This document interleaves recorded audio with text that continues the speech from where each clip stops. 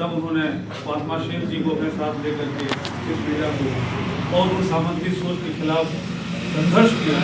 जबकि महिलाओं को शिक्षा देना पाप समझा जाता था, दलितों को शिक्षा देना पाप समझा जाता था। ऐसे में इस लड़ाई को लड़ा। आप सोच सकते हैं आज जब मीडिया भी है, आज जब आपके पास सोशल मीडिया भी है, आज जबकि अखबार है, जागरूक है आप, तब भी किस तरह से जनता का शोषण जिस तरह चाहती है सरकार कर लेती है। तो आज से 200 वर्ष को क्या स्थिति रही होगी, किस तरह से समाज के दबे कुचले लोगों को कुचला जा रहा होगा। ऐसे में अगर कोई आवाज़ उठती है, उस आवाज़ को नमन करना चाहिए और इसे सीख लेना चाहिए। जब उन परिस्थितियों में वो संघर्ष करके और लड़ के जीत सकती है, तो आज एकदम हम लोग लड़ करके जीत सकते हैं।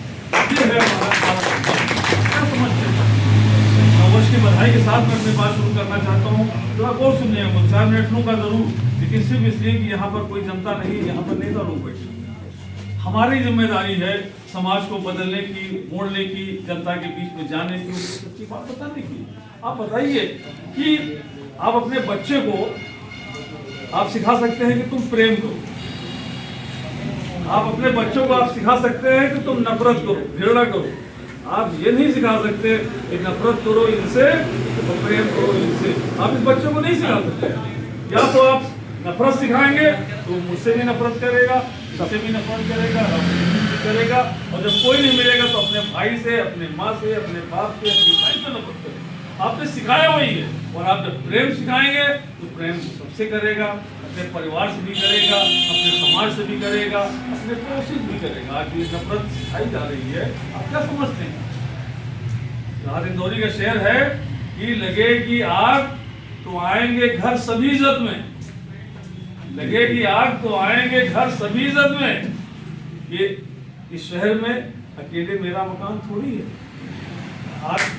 घर से आग लगती है और सभी का खून है शामिल यहाँ की मिट्टी में, सभी का खून है शामिल, दलितों का, पिछड़ों का, मुसलमानों का, ब्राह्मण का, क्षत्रिय का, आसी का, हर वाल्मीकि का, सभी का खून है शामिल यहाँ की मिट्टी में।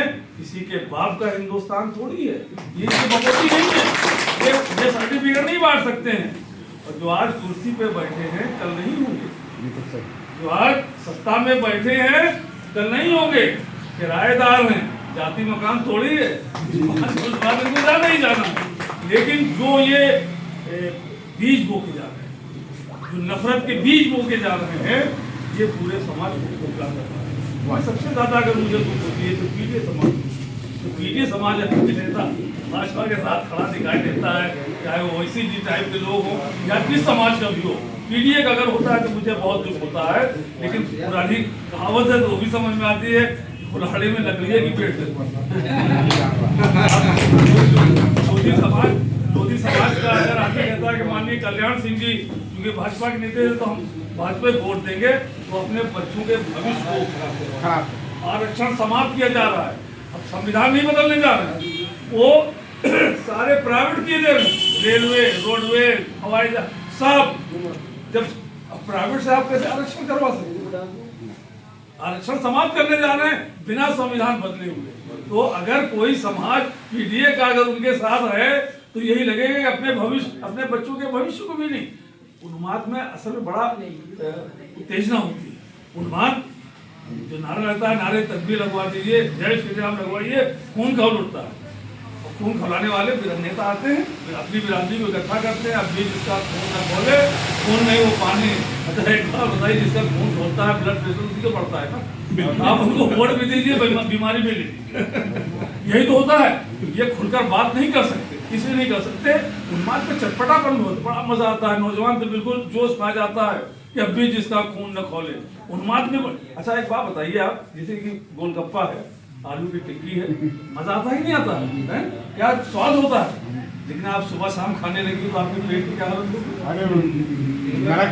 सुबह शाम को दाल रोटी सब्जी ही खानी है, और ये 24 घंटे आपको ये गोलगप्पा खिला रहे हैं, आलू की टिक्की खिला रहे हैं। तो ये समाज के दुश्मन है।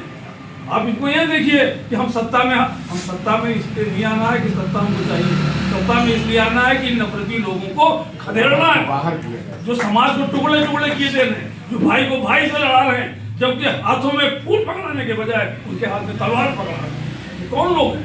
समाज के दुश्मन हैं।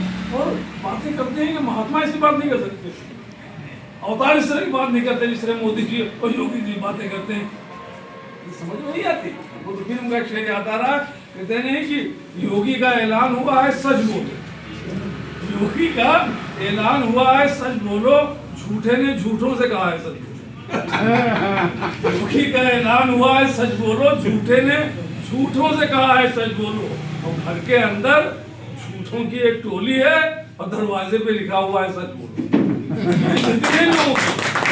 झूठने वालों, तो हम लोगों को अपने लोगों से कहना चाहिए, पीढ़ी समाज के जो लोग हैं जो बिखरे, मुझे चाहिए कि डूबने वालों गंगा जी तो अपनी हैं, नाव में किसने छेद किया है सब, छेद करने वाले लोगों से बचना होगा, चाहे वो हमारी बिरादरी की हो, चाहे आपकी बिरादरी की हो, चाहे आपकी बिरादरी हो। इसलिए कि लगेगी आग तो आएंगे 10% में, जहाँ पे सिर्फ हमारा मकाम थोड़ी हो, तो इसको ध्यान में रखना होगा। आज हम लोग संकल्प लें, मानिए अध्यक्ष जी रामूर्ति का भी जुझारू आदमी, हमें अच्छा लगा जब हमें आने से पहले मालूम हुआ कि ये माफिया से जुड़ गए थे, जो जिनको विधायकी का बिल, विधायक किसने बनाया था, किसी समाजवादी सोच ने बनाया, लेकिन उनको पचा नहीं, क्योंकि ये इसके लिए पेट सही होना चाहिए समाजवाद को पचाने के लिए। लेकिन जिस तरह उन्होंने ललकारा था, मैं तो एक जोरदार ताली उनके लिए बजनी चाहिए। जिनकी आज हम जयंती मना रहे हैं, ये उनकी सोच विचारधारा है कि सामंतवाद के आगे घुटने टेकना अपने बच्चों के भविष्य की हत्या कर देने के बराबर होता है। राम जी, आप अपने लिए कार्य नहीं कर रहे हैं, आप अपने संगठन के लिए कार्य नहीं कर रहे हैं, आप एक उदाहरण बना रहे हैं कि सामंतवादी सोच। आपने बहुत अच्छी बात कही थी कि सामंतवाद कोई बिरादरी नहीं होती है, सामंतवाद एक सोच होती है, और सोच के खिलाफ लड़ने वाली भी एक सोच होती है। हर वो व्यक्ति, चाहे वो वाल्मीकि समाज का हो, यादव समाज का हो, कि ब्राह्मण समाज का हो, कि मुस्लिम समाज का हो, जो सामंतवादी सोच के खिलाफ लड़ाई लड़ने को तैयार है, वो मेरा भाई है, वो मेरी बिरादरी है, और यही बिरादरी भारत की है। और इसमें जब तरह तरह के पूर्ण होते हैं तभी गुलशन बनता है। आदरणीय नेताजी से जो उनकी अंतिम जन्मतिथि थी, उसमें बधाई देने में उनके आवास पर गया था, उसके बाद उनका निर्माण हो गया। उन्होंने उस दिन भी यही कहा था कि हमारी सोच में सब शामिल है। यही एक सेंटेंस वर्ड है, कहा कि हमारी सोच में सब शामिल है। तो हमारी सोच में जब तक सब शामिल नहीं होंगे, हम अपने बच्चों के भविष्य को नहीं सुधार सकते हैं। और देखिए, नेता जो बना दिए गए हैं, समय हो तो एक डेढ़ महीना ले जी, ये तो बना दिए गए हैं, नेता नहीं बने, इनको जो है